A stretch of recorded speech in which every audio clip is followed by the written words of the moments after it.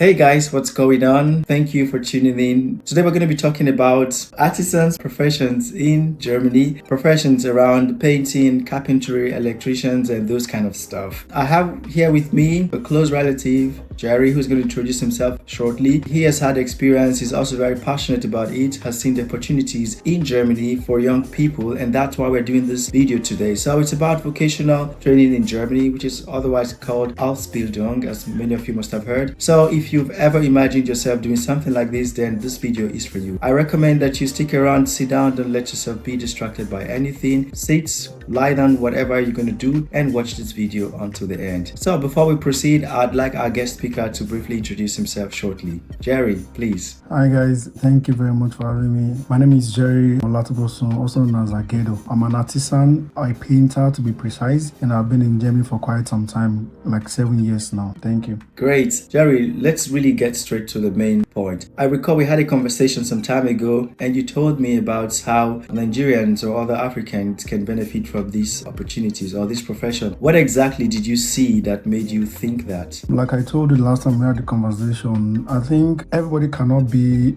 a white collar job person. Everybody cannot be a business person, and artisans, they are doing well in Germany, especially because in Dutch they call them handwerkers. These are the people that they are handwerkers, like they are skilled workers like painters, stylists, electricians, carpenters, plumbers, and all of them like that. So then it's a very good opportunity for those that are in that category. Not like I said earlier, not everybody can be a doctor, a lawyer, or an IT person, but then once you're an artisan, you have a whole lot to gain in Germany as we speak at the moment. So how does it work exactly? Does it mean that you can be a painter and an electrician or a carpenter at the same time? A very good question.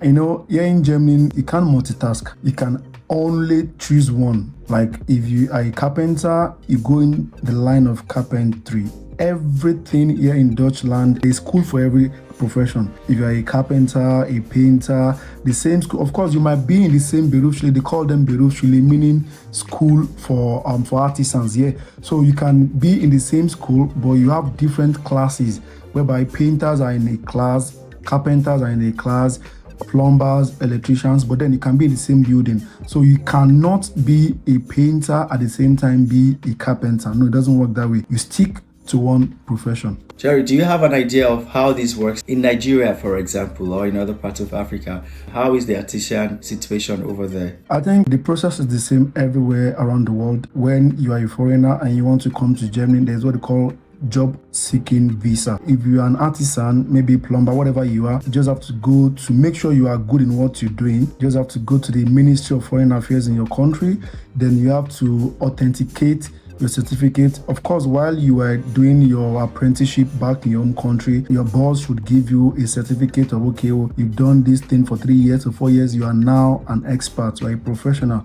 Then you take the certificate to authenticate it at Ministry of Foreign Affairs. That one is what Germany will request from you. There are two ways anyways. One way is you are coming for Ausbildung is different. If you are coming as an artisan, means you are coming as a professional already. You need to authenticate your certificate. But if you are coming as Ausbildung, I think along the line we'll get to that. But then where we are talking about now is as an artisan. So you have to go and authenticate your certificate to be sure, so that they can be sure that truly this guy has gone through this process and we don't have to teach him all over again. You're just coming to seek for job, and once you get a job, you just start working and start earning well. Let's get more specific, because I want someone who is watching or listening to this right now who is an artisan in their home country. Just give us like the steps for them to go through. Immediately they get this information, what they have to do next until they land in Germany. How would the workflow be like? Okay, this is how it works. Once you are sure of what you're doing, you have a profession, be it a plumber, carpenter, painter, whatever you are, then once you are sure of what you're doing, then you have to get a certificate from the company you are working with at the moment. Then you take it to the Ministry of Foreign Affairs in your home country. Then after that, you have to authenticate the certificate, meaning it's acceptable in Europe. Of course, once you do that, then you can apply for job seeker visa in Germany. Some companies are looking for black people, especially Africans, because they trust our workforce.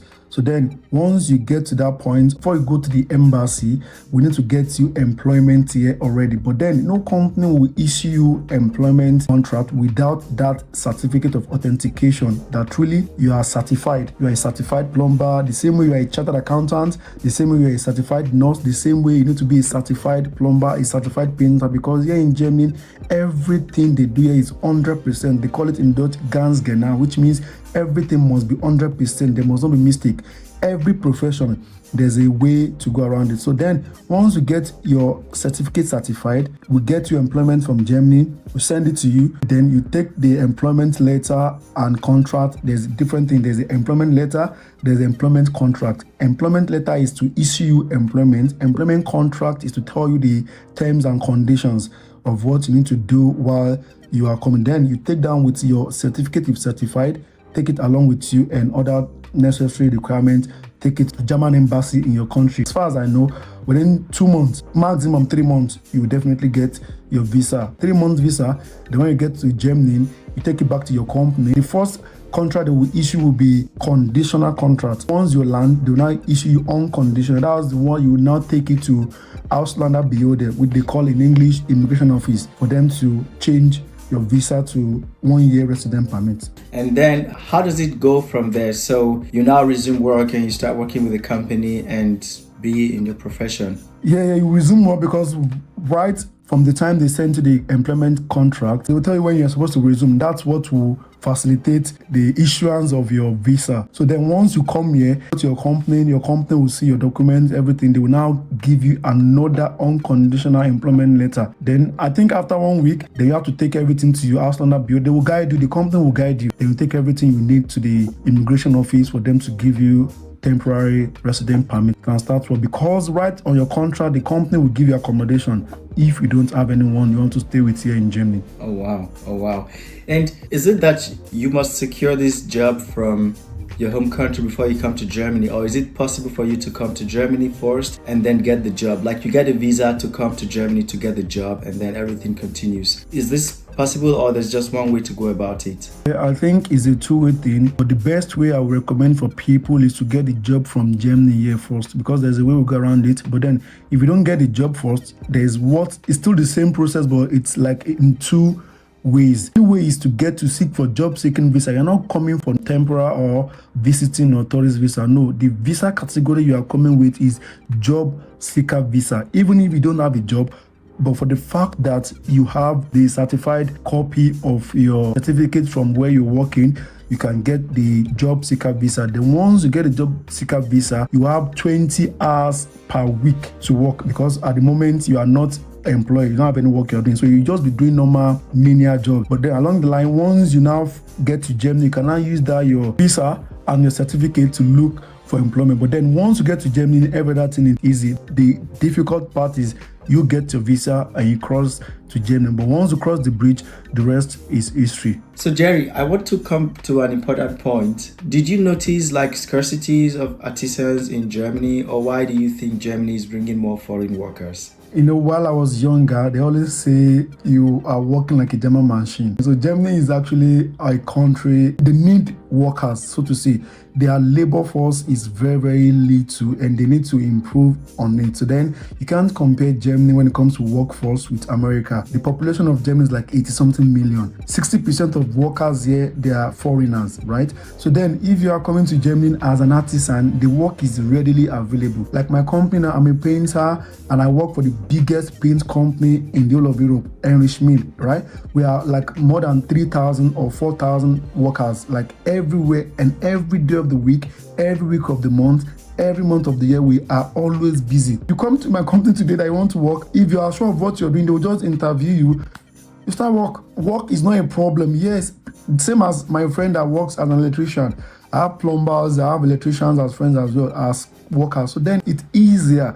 As artisans, you will definitely get a job. Looking for a job is not the challenge here. The challenge is you getting here and wanting to work. So guys, let me ask you one question. What are you waiting for? Because I think that's the obvious question to ask now. I can imagine in Nigeria and many other African countries, there are well qualified, very experienced people that can actually tap into these opportunities. So guys, I really hope you're going to look into it. If you know someone who is an artisan, yeah, get in touch with them, let them watch this video, let them listen to this right now so they can take action. Jerry, tell us a bit about your own experience. So where did you start from and where are you now in this industry? I came into this country with my wife. Actually, I came as immigrant, like I came with tourist visa. So I think that's what I would have loved to undo and do again the right way. So when I came on a tourist visa and my wife, and for the first 1-2 years I was not allowed to do anything. I think I was able to go to school for some time. Then along the line, I got information from someone that you can actually go to a school where they will prepare you for what they call Ausbildung. Ausbildung is like apprentice, like apprenticeship rather. Like you are going to learn, work, but while you are learning, you are going to school, and while you are going to school, you get paid while you are doing that. It's just like a two-in-one thing. You are going to school at the same time you are working, and you're going to be getting paid. So I put in for the school. The school is just 3 months. Anyways, the 3 months is just to prepare you for what you are facing, for the task ahead of you. So then I put in for that. Then after 3 months, I had to wait. I think I did the class for, if I'm not mistaken, from February to April, June, thereabout, because normally hospitals start September and January in Deutschland, but most especially 80% of companies, they start by September. Knowing fully well what I wanted to do, like I wanted to be a painter. So because in the school you have different field, electricians are there, plumbers are there, welders are there, painters are there, regardless, cooks, everybody they are there. So then you have to pick what you want to do. While you in that school for 3 months, you might not know exactly what you want to do, but once you get to the school, they will try and train you. Okay, you can do this. Just try and develop yourself and say, okay, what am I good at?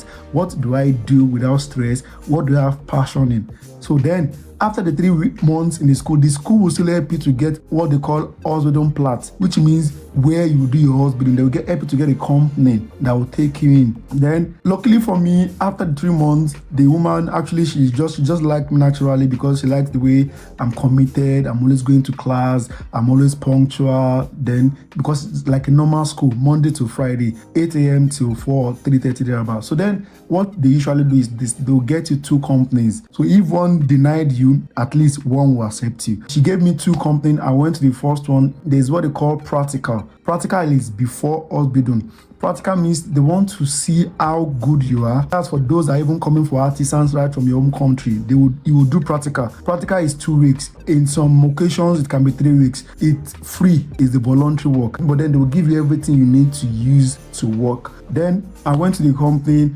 I registered. I did my practical for the first company for 2 weeks. I had 1 week break. Then I went to the second company. The first company I went is called Diakoni. I went there for 2 weeks. I did it. But while there, they will tell you, people you are meeting there, at some point you meet black people. They will tell you, are you a practicant? In Dutch, they call them practicants. Like, are you a practicant? Yes, I'm a practicant. So they will start giving you things you need to do so that you can attract the favor of the chef that will approve your Ausbildung. So I did all that thinking I'll be favored at that place, right? So I went to the second company, Enrichment. That's where I'm working. That's my company. Then I got there. I worked there for the first 2 weeks. Don't forget, I've worked at a company for the first 2 weeks, so I've gained some experience. I know what it takes to get the Ausbildung. So what I gained from the first company, I put it to work at this second company. So instead of me to spend 2 weeks at this second company, the last day when I was supposed to leave the place, the boss called me that I had to spend extra 1 week. They were doubting, is this guy okay? Is he good at what he's doing? Can we still retain him? Yeah, so I spent extra 1 week. Don't forget, it was a voluntary job. No one is going to pay you, working for free. Then before you finish, the woman, which was the one that trained us during the school, should have told you, okay, this is what you have to do. Be punctual, be nice with them, go to work. If they ask you to do something, at some point they want to test you, don't complain. So then, yeah, she now said, okay, at the end of my time, maybe I'm spending 2 weeks, maybe after 8 days, 2 more days to go, I'll just ask them, please, can I get a place for my husband? Because if you don't ask, one thing about this country is, if you don't ask, nobody will answer you. So now you just work there for free. They'll just say thank you, feeling down for free that scene. Then and I asked my Meister, which is still my master, I asked him, please, can I get in Dutch anyways? Can I get, because you're not allowed to speak English. I spoke to him in Dutch and I asked him, please, can I get Ausbildung Plat? He said, Natürlich means of course. So he said, immediately said, of course. I was like, wow. So my Ausbildung, it was so seamless, stress-free. The guy now asked me to go and think about it. I think he asked me to go and think about if I really want to work, because there are law in their company where I am, and that's why I'm still there till tomorrow, because I love the company. Their law is once they train you, you have to work with them for some time, because they will not let you just go like that and go and use their techniques or their skills somewhere else. So he now said, will I be willing to work with them after my husband? I was like, yeah, why not? I'll work. So he now called me at some point. He said, well, after I left, thank you, no money, no payment for 1 month and 1 week. Yeah, free job. So after then, the man now called me at some point, I should come for my contract. I felt as if I just won visa lottery anyway, because people can stay after school 1 week, 2 months, 3 months without getting Ausbildung Plat. So I was just so lucky. So I got the plat, and till today, like, they didn't even regret giving me the chance. Anyway, they didn't regret, because Ausbildung is not a child's play. So that was why I got my Ausbildung Plat, and I started the 1st of September 2021. Just help me understand. So that means before you start your Ausbildung, there's like a pre-exam or some kind of a phase before the Ausbildung begins. Is this correct? Yeah, that's correct. I won't call it an exam, but a practical work, just for them to test you, to know if you actually know what you want to do. For instance, you want to start Ausbildung for like a 3 years journey and just come for 2 weeks practical, you've given them 3 days crank already. They will not take you. Crank means sick leave, you understand? Or work start by 7 o'clock, you are expected to get to the Baustelle. I'm sorry if I'm using Dutch language. Baustelle is construction site. You are expected to get to the construction site by 5 or 10 minutes to 7, and you are getting there 7:20, 7:10. You know, like you said, Germany has their way of life. Even if you are going to be late, there should be reason for you to be late, for your lateness, right? You need to call them, I'll be 10 minutes late, I'll be 15 minutes late. That's communication. You have to be punctual if you really want to succeed as an artisan. Because for instance, let me just put this here, like my job now, I'm going to fix something in someone's house, and the person is going to his or her own job, leaving the house by 7 o'clock. The person needs to drop key for me. I need to be at the person's house by 10 minutes or 5 minutes to the person's leaving the house, so that I can get the key.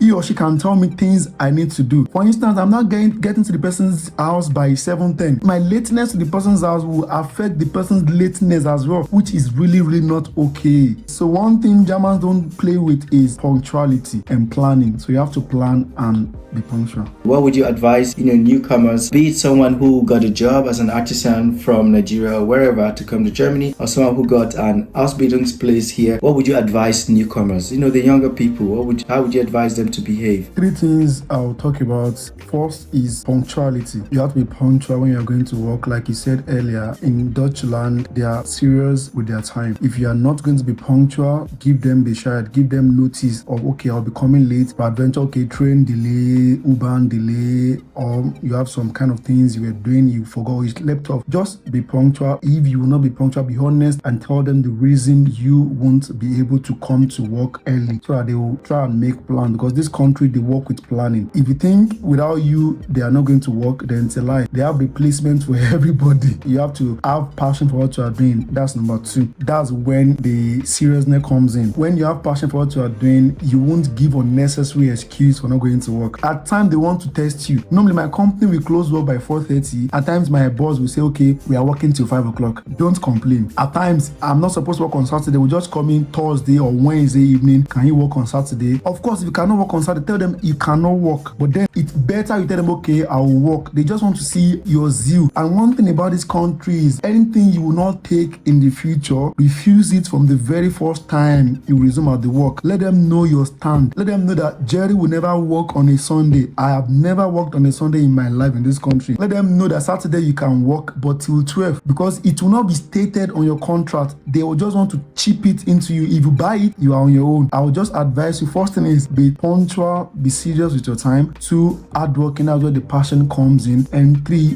be respectful. Because in this country, there is hierarchy. In my company, there is the boss. You might work in my company, you might not get to see my boss for the whole year. The big boss. Yes, there's a boss, and there's something they call Abteilung. Abteilung is departments. So we have different departments, same as almost every big companies. There are some small companies, but then every company has what they call Abteilung, which means department. You have some sort of people you work with. That's a team. Your team you work with, there will be someone that they call team leiter, which means the head of the team. So the boss, the Meister, the team leiter, the 4 Arbeit before you. So you are almost at the last category. So there must be respect for everyone. Your work colleague is not your friend. You are just work colleague. You are not friends. Don't say my friend. No, not like Nigeria or in Africa. Whereby you meet friends. You are doing naming ceremony. You call people from your company to come and celebrate. No, it doesn't work that way. Yeah. Along the line, you can develop friendship. But first thing is your job. The priority is your job. Thank you so much. Really, Jerry, you touched a lot of points. You really touched a lot of points. And I mean, yeah, one can tell you're deep in the system. You understand what you're talking about. This is coming from real life experience. Let's talk about, building your career. How can someone grow in this industry, in the artisan profession? I mean, if you start today at the lower level, what are the chances for you to grow up to become a team leader and potentially become a Meister or maybe even a boss? Who knows? How do you see it in this space? I think for every artisan, you should have what they call a vision. You have to have a set goal, like in the next 5 years, this is where I want to be. In the next 10 years, this is where I want to be. Nobody starts climbing a tree from the top. You have to start from the root, and that's where you are coming in. When I was doing my hospital, someone like maybe 20 something can send me on and you dare not say no, because you are learning. You are the learning process, right? Then once you climb to the next stage, which is the second year of your hospital varies. Some 3 years, some 3.5 years. I think the minimum is 2.5 years. So while at the first year, you are the basement of the career, like you are just starting. At the second year, you have someone behind you as well. So that means if 2 of you or 3 of you guys, of course, you and the second person in the first year cannot be at the bachelor at the construction site. In my company, we always two in the boss, but then 3 bosses can be in the construction site. So if they want to send someone on errand, like in this country, they drink coffee a lot. Before you work in the morning, you have to drink coffee. So if the boss comes or the team leader comes, you want to send someone coffee, of course, it is the responsibility of the team leader or the Meister to buy coffee for everyone. So then if they want to buy coffee for you, they have to send the lowest person, the person in Osbidon, here to go and buy the coffee. If the Meister is 25 years old and you are 30 years old, age has nothing to do with work in Germany. After you are in second year, that means if 2 of you in second year and the person in the first year, you are together at the bachelor, they will not send you. They will send the person that is under you. Then at the 3rd year, you are becoming a boss in your own way, on your own lane. At the 3rd year, they will now give you assignments. Instead of you to work for someone ahead of you, you will now be working for people under you. Once you get to the 3rd year, they believe you are coming out of the hospital already, so you should know some certain things. Once you finish your hospital, then you become what they call Gezelle. Gezelle means you are not an apprentice. Hospital people, they call them Atsubi, like they are hospital students. You are students. But once you finish, you pass the exam. You're writing 4 exams. You write the practical, you write the theory, the one you write, and you do the Mundlich, the one you speak, and you do the maybe normal interview. So once you pass your exam, then you become Gezelle. That Gezelle means you are a boss on your own lane at some point. Then you have to start building yourself. The number of years you've been at the company will now determine if you are going to move to what they call 4 Arbeit. 4 Arbeit means you are in control of some teams. Like it's a chain. Maybe we are 8 in a team. They split us into 2, 4. Those 4, you are in charge of the 4 people. You are responsible for their behavior at the construction site. You now record to your upline. The upline is the team leader.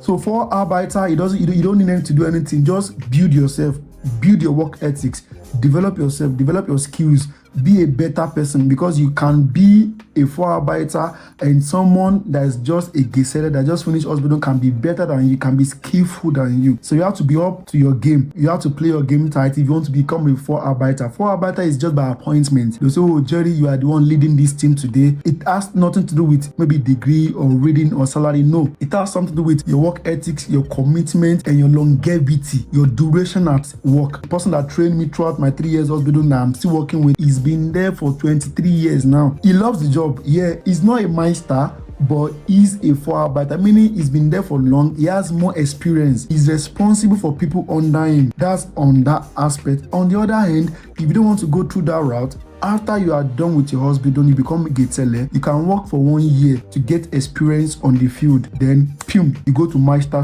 Meister is just like you finishing your university going for masters. Some people don't want to go to Meister because it's quite expensive, and it's in two ways. It's either you fund it yourself 100%. It starts from 10,000 euros or 12,000 euros. So it's either you fund it yourself. It's 1 year straight going to school Monday to Friday. You will not be at work, but then the company will still be paying you, but not 100% payment. You can decide to do 50-50 for the company. The difference is this: if you are paying 100% for your Meister, after your Meister, once you get the certificate, you are certified as a Meister, you can leave the company. Two things: you can either go and start your own company, or you get a better offer. If you get a better offer, a company that is willing to pay you better than your previous company, you can move. That's because you paid your Meister fee yourself. But then if you are doing 50-50, meaning the company you are with, they are paying 50%, you are paying 50%, you and the company you will sit, you have an agreement. Okay, once you are done with your Meister, you work with us 3 years to pay for the 50% we paid you for your Meister. Then after then, you can now go on your way by starting your own company